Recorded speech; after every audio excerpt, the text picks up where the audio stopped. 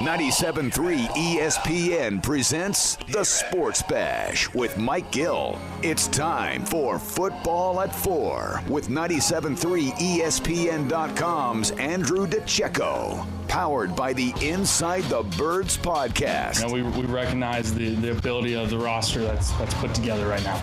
And I think we have the ability to do something really special with this group, but it's going to take a lot of hard work. Now, live from inside the Matt Black Kia Studios, it's Football at 4. Football at 4, powered by the Inside the Birds podcast and brought to you by PlaySugarHouse.com.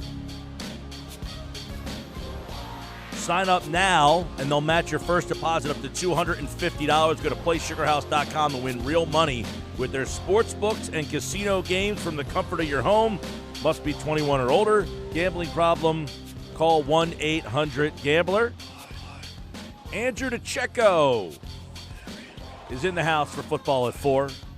And we got a lot of Eagles stuff at the bye week here I want to get into, and this just the NFC East in general.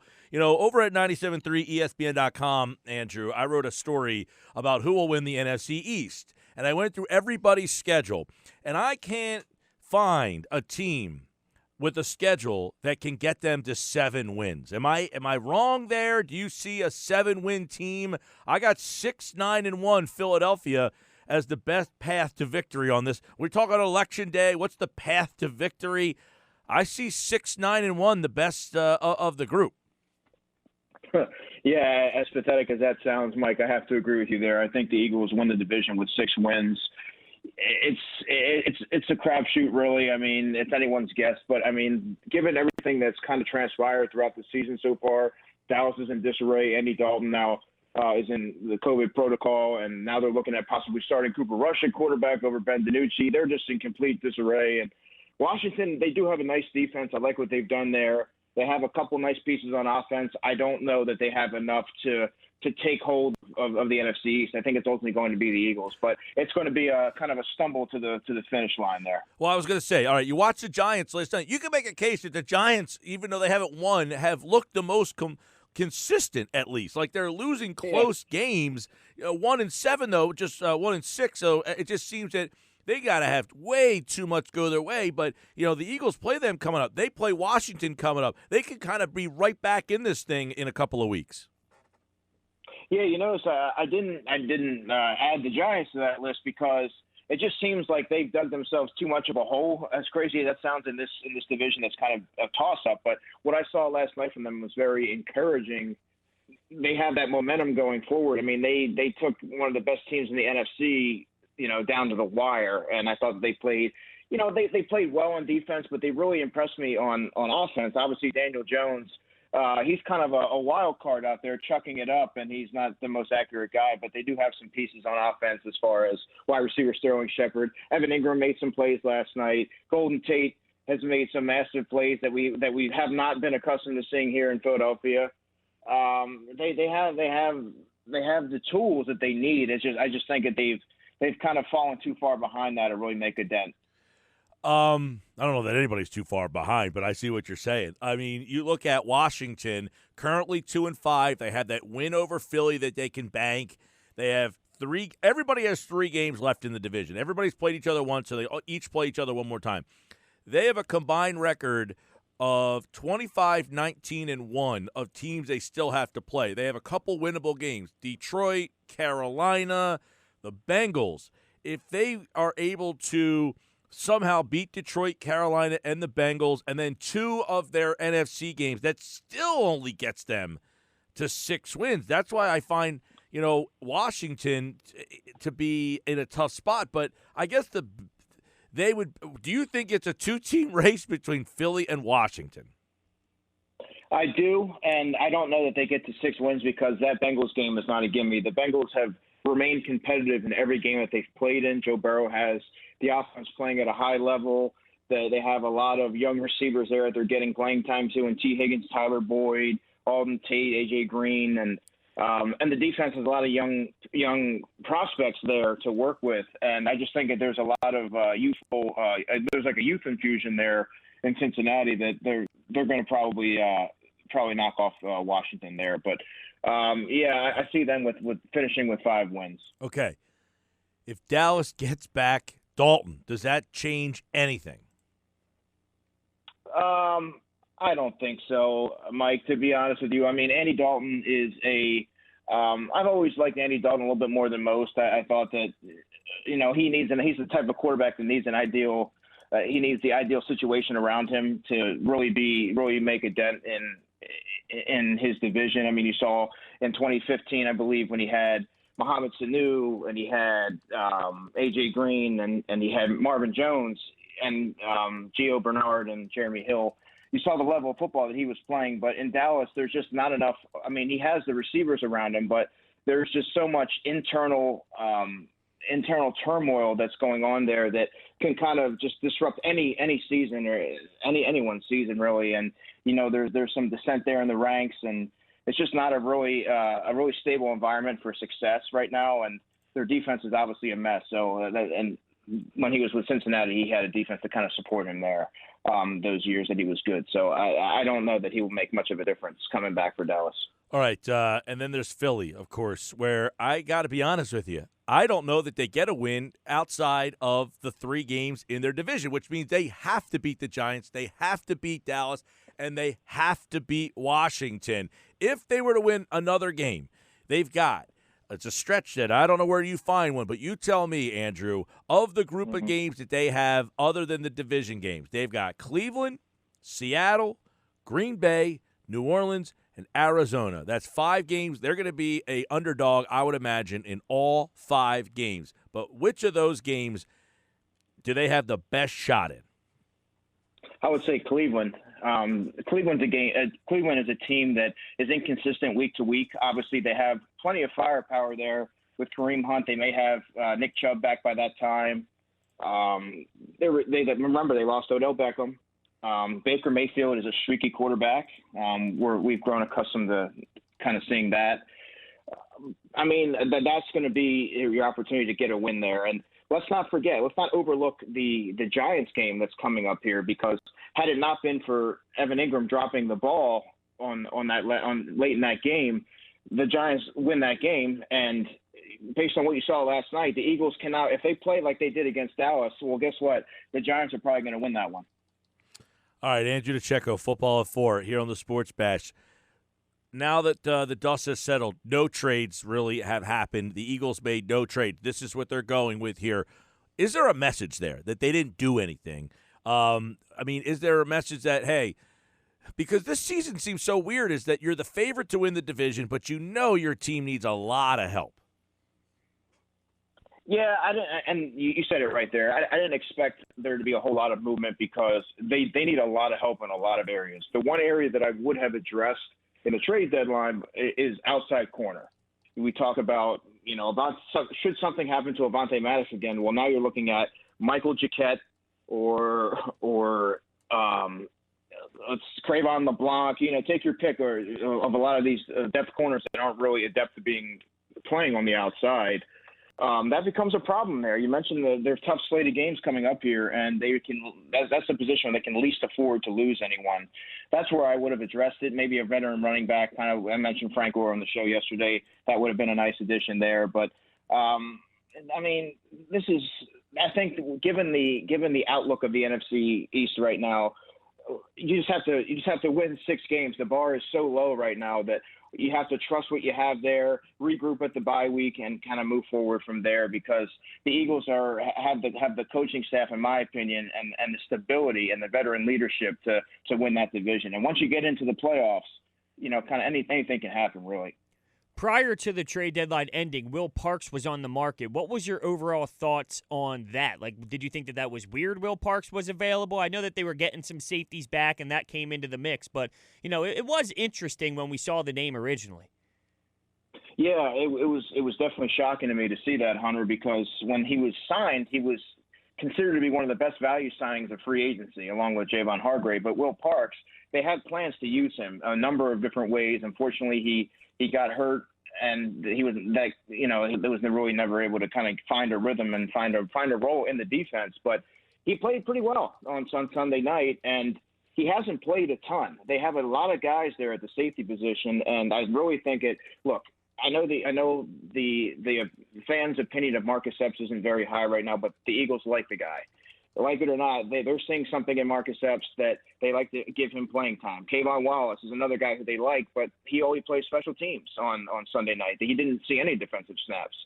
Those are two guys right there that I think that they would really like to work into the defense, and they see them as pieces of the future. And Will Parks is a guy that has value around the NFL. You talk about his versatility, and he was only there on a one-year deal, probably wasn't going to get re-signed. Why not? I understand what their thought process was at this point.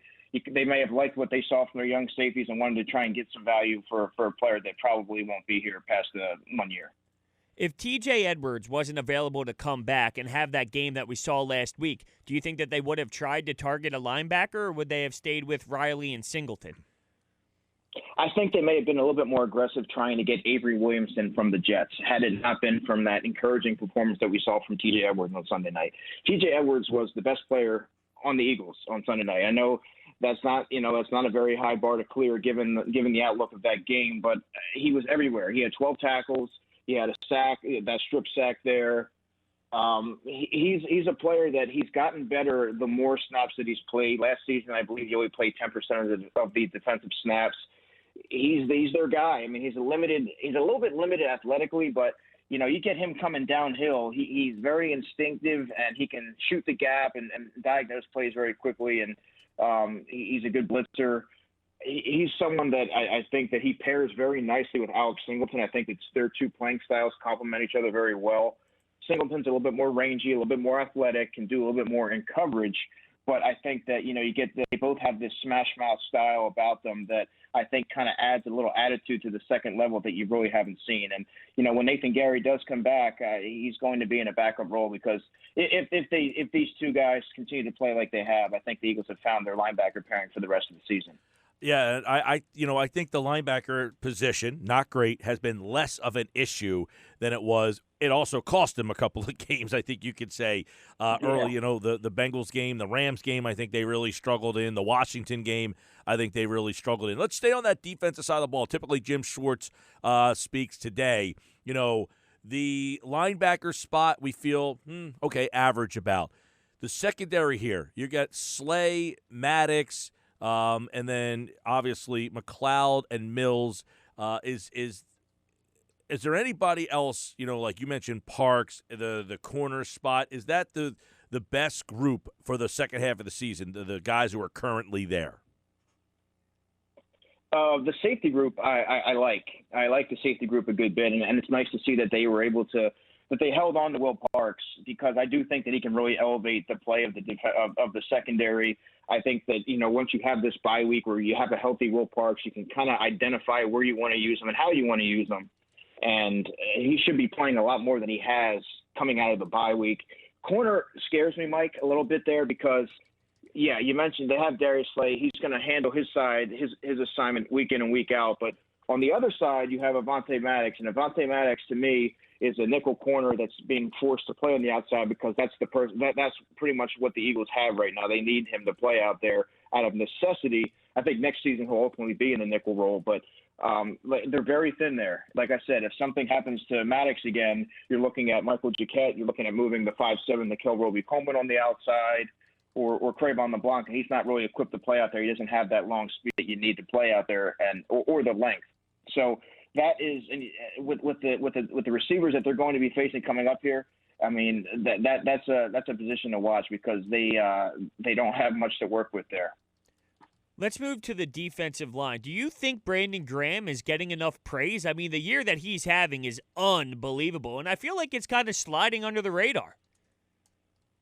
Yeah, it is, and Brandon Graham is someone that he's consistent week in and week out. He always has that relentless motor. He plays with outstanding leverage. He gives these offensive tackles fits because Brandon's not a very tall guy. He plays with with tremendous pad level and quickness and strength, and he frustrates offensive tackles because you know what? He's coming off that edge fast week in and week out, and he makes plays in the backfield against the run, and he's just a very solid player, and I don't think that he's gotten the credit that he deserves. But he's on pace to have his best season of his career. And you talk about someone who's never gotten the accolades that he really deserves. And I think when you look at the season where it hasn't gone the way that many of us envisioned, he's been one of the bright spots along with Travis Fulgham. I think that Brandon Graham's been the best player on the defense. Do you think that there's a reason why that is? Are there other people, maybe Hargrave being added to the mix, that forces offensive lines to think about him more? Like, do you think there is another reason why Brandon Graham is being able to be so effective? I do think that, adding another competent player to play alongside Fletcher Cox, where Fletcher's not always getting double teamed week in and week out, I think that certainly helps. You're also getting good play from the other side. Josh Sweat's playing well. Derek Barnett's played well in spurts. It's more of a collective effort. Malik Jackson has played well. There's not just a focus on him and Fletcher Cox. He's now getting more support around him. And, he just seems to – he doesn't ever seem to run out of steam. He brings it in the fourth quarter, and many of his big plays have been in the fourth quarter. And, he's just been a stable presence there. And I think that he needs to be an Eagle. I think they need to find a way to keep him in midnight green, for the rest of his career. Andrew DiCecco, Football at 4, powered by the Inside the Birds podcast. I want to go over and get some thoughts on the offensive side of the ball. How much different, the offense struggled the other night, and we were all excited about getting some guys back. How much different are they? And Boston Scott had a good game, so how much different are they with Miles Sanders? They're a lot different. They just need a lot more dynamic, and they can do a lot more. There can be a lot more diversity in their play calling, but they need better play from their quarterback. I mean, you can put Miles Sanders back there, and he probably would have easily had 100 yards against that Dallas defense. But there's guys that are running open, and Carson needs to hit these guys. I think that no matter who you have out there, if you're not getting that competent quarterback play, that high-level quarterback play that we've seen from Carson in the past, it doesn't matter, who you have out there. At tight end, you've got Goddard. I don't know if Ertz is even going to come back and what kind of impact he would have, but I would like to see Goddard a little bit more involved than he was the other night. But you have Goddard there, and then, of course, we talked about the receivers with Fulgham, Rieger, and Ward. What's Alshon Jefferys' role once he kind of infiltrates back in with Goddard? I mean, it seems like he's going to be third, fourth, fifth, maybe in the target tree. Well, if he ever comes back, I feel like Alshon's been away. They didn't trade him, so he's still going to be. They didn't trade him, so he's going to be here.